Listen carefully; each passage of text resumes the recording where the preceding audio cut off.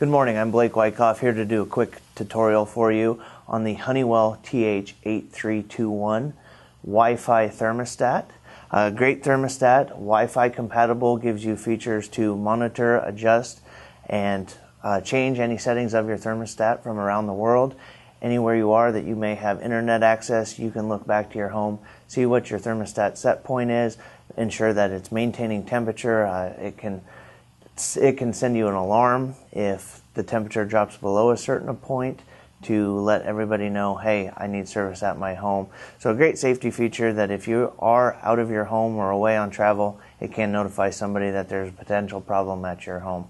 So as you can see, we are in the home screen of the Honeywell thermostat. Again, this is the TH8321 Wi-Fi thermostat. Great thermostat can control virtually any heating and cooling system that is found in your home. So whether it be a boiler, geothermal, two-stage heat, two-stage cooling, we have the thermostat option that you would need for your home. Again, this is the home screen that if you came up to the thermostat you would find. Very basic features, simplistic operation of this thermostat. That's one of the greatest things about it, is it is very simple to operate. As you can see, we're in the home screen now. If I touch fan, it will give you the different options for your fan. A fan setting in the on position means that the blower motor in your equipment is going to run 100% of the time. Again, that's in the on feature. If we go over to the auto feature, that means that the equipment will control the fan. The equipment downstairs, as it turns on and off, will tell the fan when to circulate the air throughout the home. Another nice feature of this thermostat is the circulate feature of the blower control. The circulate feature is a hybrid control mix between the on and the auto. It is the auto control that the fan runs when the equipment itself is running, but again, if the equipment is not needing to run, maybe it's springtime and 72 degrees, it is operating 15 minutes out of every hour, roughly 15 minutes out of every hour, to just circulate and turn over the air in your home. That's great to keep the filters working, any additional indoor air quality products that you've purchased. That circulate feature keeps them functioning even if the heating and cooling is not operating. If we move over to the system key, currently the system is set to off. If we'd like to turn that into the heat, it's as easy as pushing over two buttons and hitting done. At that time, the thermostat will tell you that the heating is set to 70 degrees in this corner. It's currently 69 in this room with an indoor humidity of 50%. It also tells you that the system is in permanent hold. Permanent hold means that I can adjust this set to temperature to anything, and as long as I hit permanent hold, it's going to run at 71 degrees. It takes the schedule system out of the programming. So it's as easy as move it up, down to whatever I want. If I want it to maintain 72 degrees, I turn it up, permanent hold, and it will maintain 72 degrees until I touch the thermostat again. If I would like to run a programming schedule, I now set menu. We're going to go to edit schedule. I would recommend using the scheduling assistant, so we will hit yes. It's going to ask you very simple questions that you will know the answers to. So select days with the same schedule. For most of us, we probably have a 4 or 5 day work week, so we select 5 days, Monday through Friday, that we will be at work. Is someone home all day? No. When does the first person wake up? 6 a.m. When does the last person leave? Somebody leaves last person at 8 o'clock. Again, I'm adjusting the time here on the left hand to fit my schedule whenever that person would be leaving. When does the first person return home? We have somebody that returns home at 4:30. So we go next. When does the last person go to sleep? Roughly 10:30. So we've just set our schedule for Monday through Friday as far as when somebody shows up, leaves, and returns. Another nice thing, now instead of having to go through this twice, I'm going to set my heat temperatures and my cooling temperatures at the same time. So you don't have to go through the schedule twice. It lets you do it all here at once. We hit next, set your leave temperature. Again, these are for each time. That was wake up. We're going to leave. We're going to turn the heat down a couple degrees. Now when you're doing this, we don't need drastic changes, I'd recommend not much more than 3 or 4 degrees between your leaves and returns. Your setback schedule, much more than that, it's going to cause your equipment to run longer and harder than maybe necessary to make up that setback that you've done. So it's good to adjust it slightly. I would recommend against large variances in your temperature. When would you return?